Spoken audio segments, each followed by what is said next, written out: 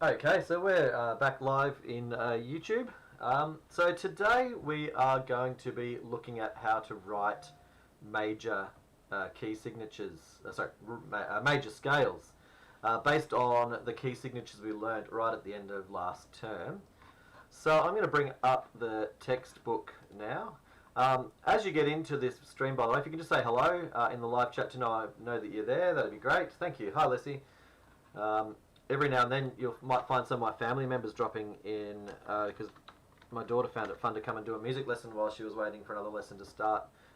So you might see her in there. Hey Moana, good to see you. I'm glad you're here now. I'll mark you off the roll.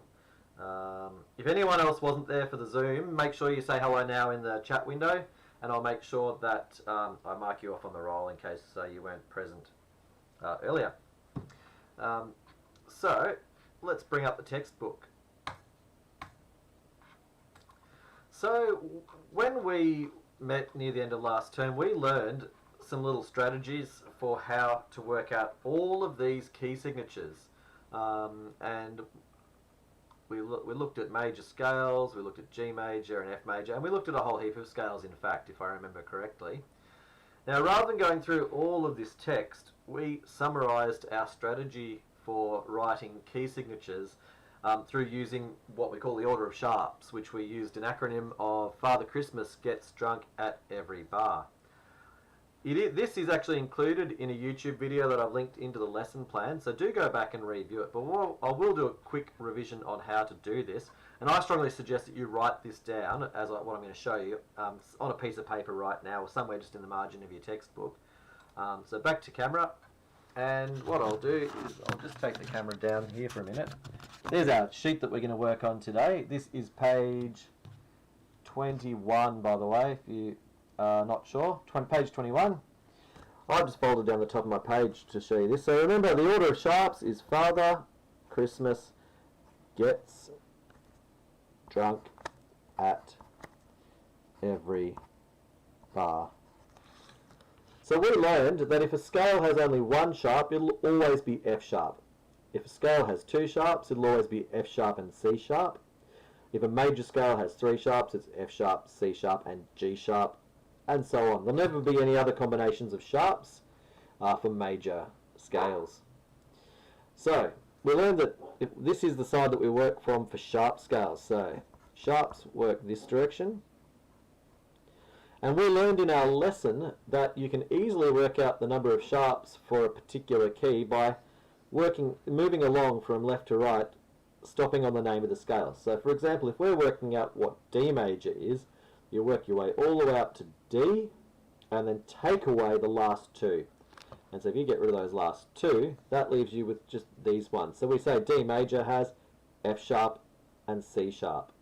So we said for sharps, you go to the name of the scale and take away two.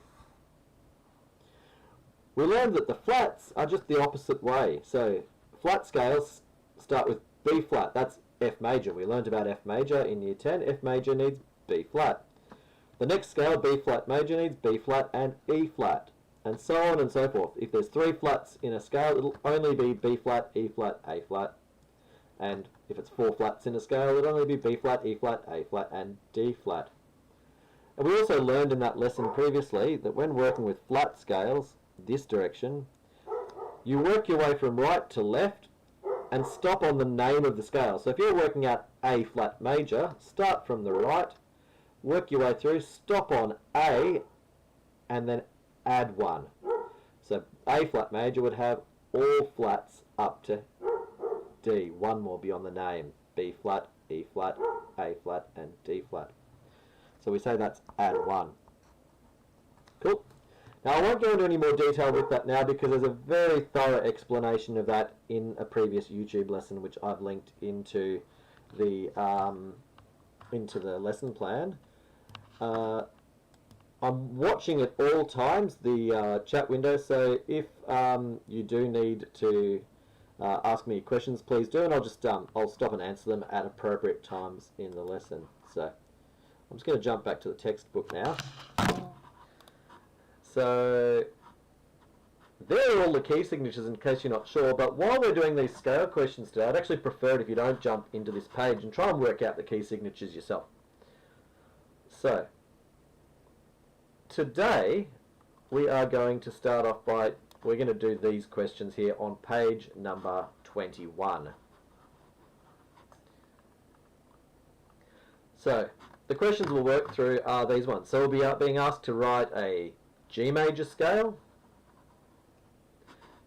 And you can see the instructions here. Write the ascending and descending major scale that begins on and uses the note value of a crotchet. Yeah. The given tonic note. Use a key signature and write the solfa beneath each note and slurs to show the semitones. We're going to do question 2, which is an ascending and descending major scale beginning on this given note using a key signature. That is F, for example. And finally, we're going to use a key signature to write 2 ascending octaves of G major in crotchets. So, and then finally we'll be writing this scale, a major ascending scale beginning on this note in bass clef, and we've got G there too. And we'll finally do some questions here where we write the key signatures in.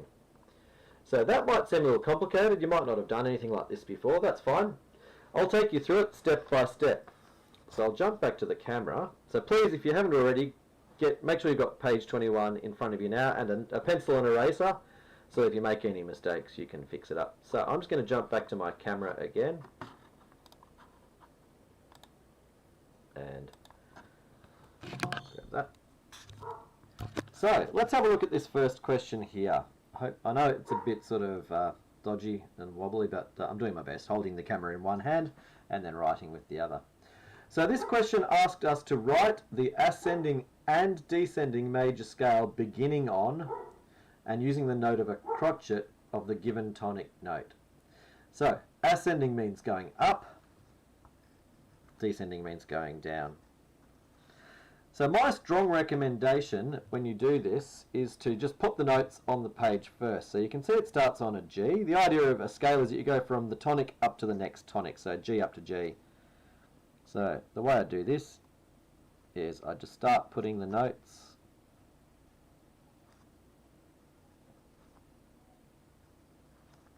on the page like this. Notice I'm colouring them in because we are going to be doing crotchets. So that's our 1 count notes or tar notes.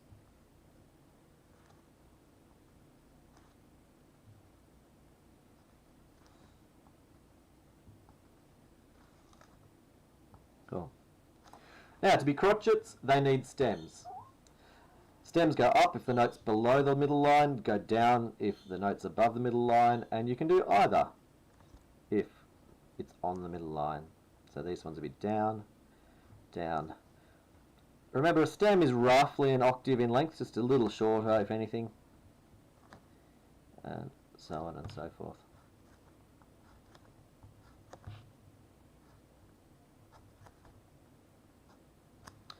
So far, I've put the notes G through to G, up and down 1 octave, as a scale of some sort.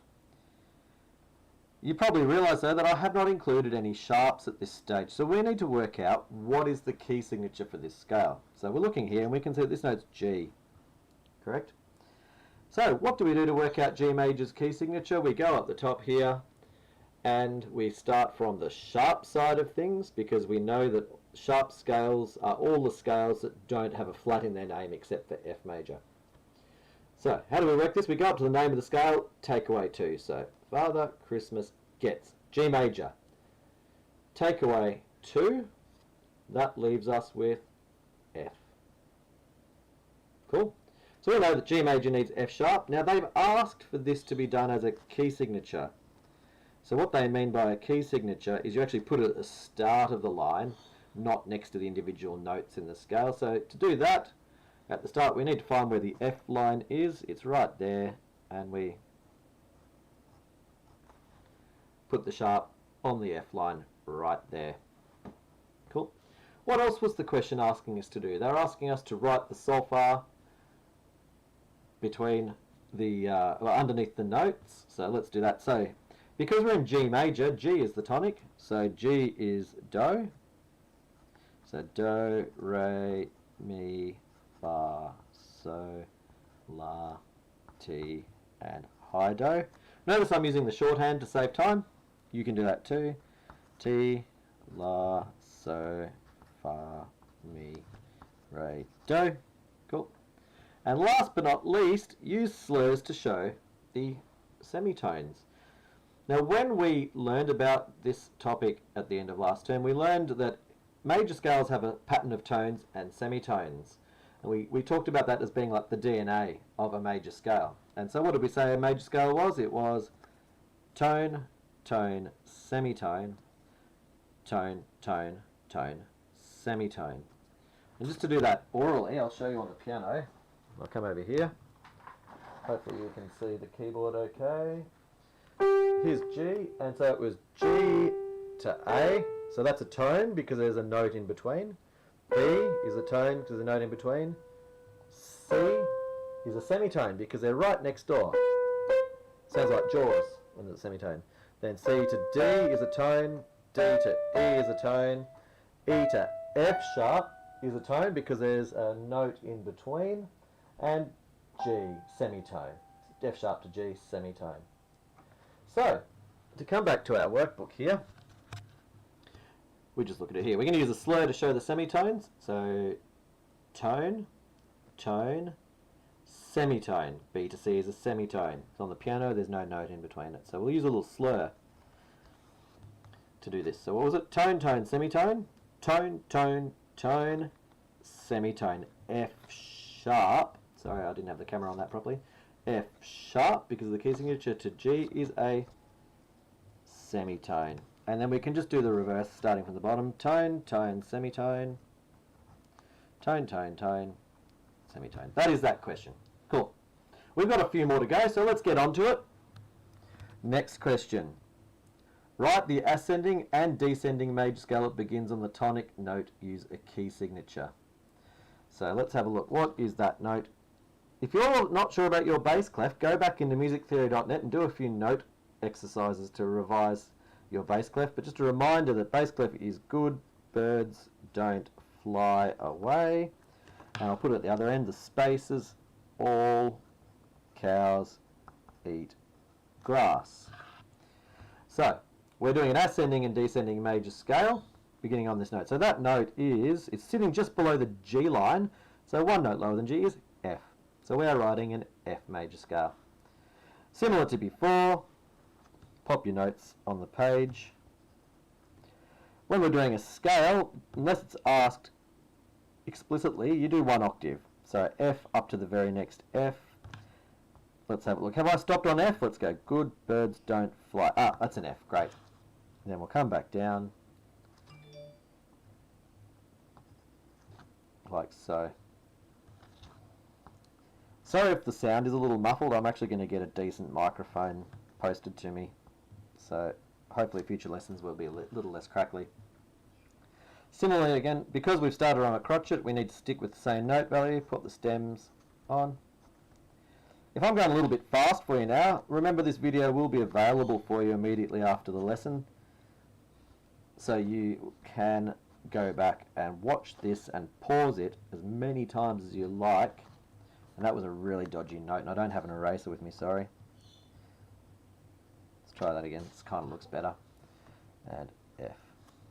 So, have I done everything yet? Oh, no. The only scale that doesn't have any sharps or flats, well, the only major scale that doesn't have any sharps or flats is C major, but we're writing F major. So we need to work out what its key signature is. Just to remind you, what was that little rhyme for F major? Oh, what was it? Oh, fudge! There's a B on my leg. I don't want it to sting me. I better make that B flat. Ah, F major has B flat. Where do we do it for a key signature? Because they're asking for a key signature. So we need to find where's the B line. So what was it? Good birds. And so we pop the flat right there.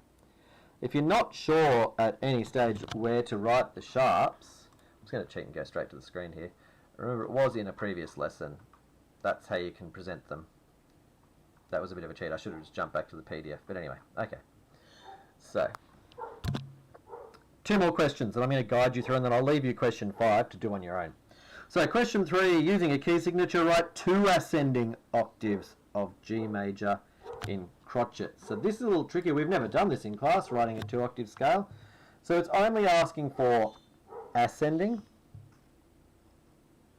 but it's asking for 2 and G major.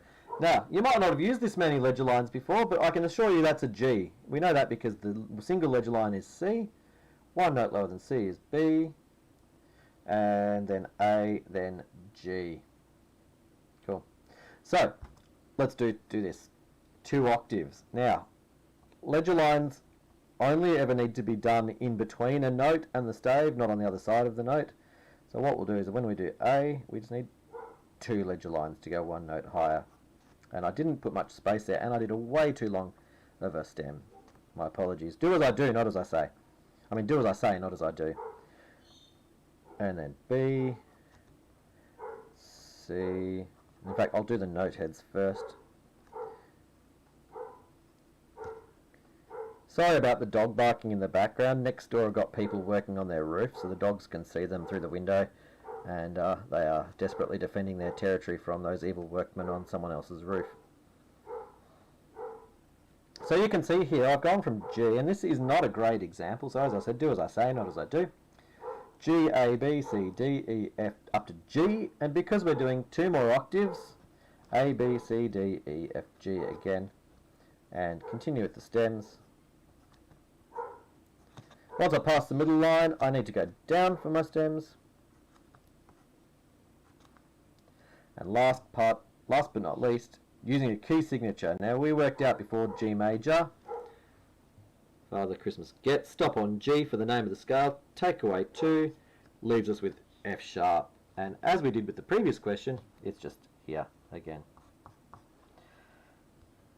Almost there. One more scale. Just going to move the page up a bit. So, question 4. Writing the ascending major scale that begins on the given tonic note in the bass clef. Use whole notes. Now what's a whole note? That's the American name for a semibreve. And we're going to identify the interval between each pair of consecutive notes. I'll explain that as we go. So firstly, that's a G. So let's build a scale that goes from G up to the next G.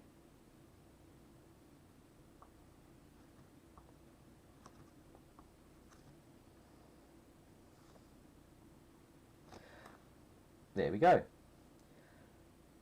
We've done G major a few times. We kind of know what its key signature is. We've done it in this question and this question. So G major needs F sharp. Where is F on the bass clef? Good birds don't fly. There it is. Last but not least, we need to identify the interval between each consecutive pair of notes. So we're going to write the answer in terms of tones and semitones.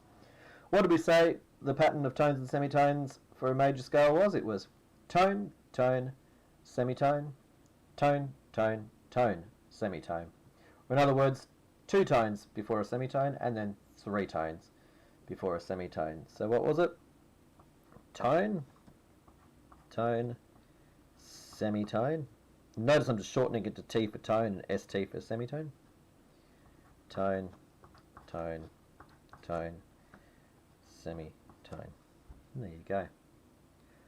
I'm going to hold the camera on this for a minute, so if you need to review this work, you can go back to the video at a later time and press pause. I'll make that nice and clear. So yes, I am well aware I've kind of guided you through these answers today. You will be given questions in the future where you have to do these on your own. But I felt that as it's the first time we've ever done this, that we should have a nice guided lesson on this. What I will leave for you to do in your own time is this last part, which is writing the key signatures for the following keys, which is right there, and a reminder that you can review back to this page, page number 20 on your textbook, to see that. Now it's not showing up very well in my video right now because of the resolution, but you can look at it in your own textbook. Cool. Before I go back to Zoom for today to finish off today's lesson, do you have any other questions about this that you want to add into the live chat window? Please just pop them in right now.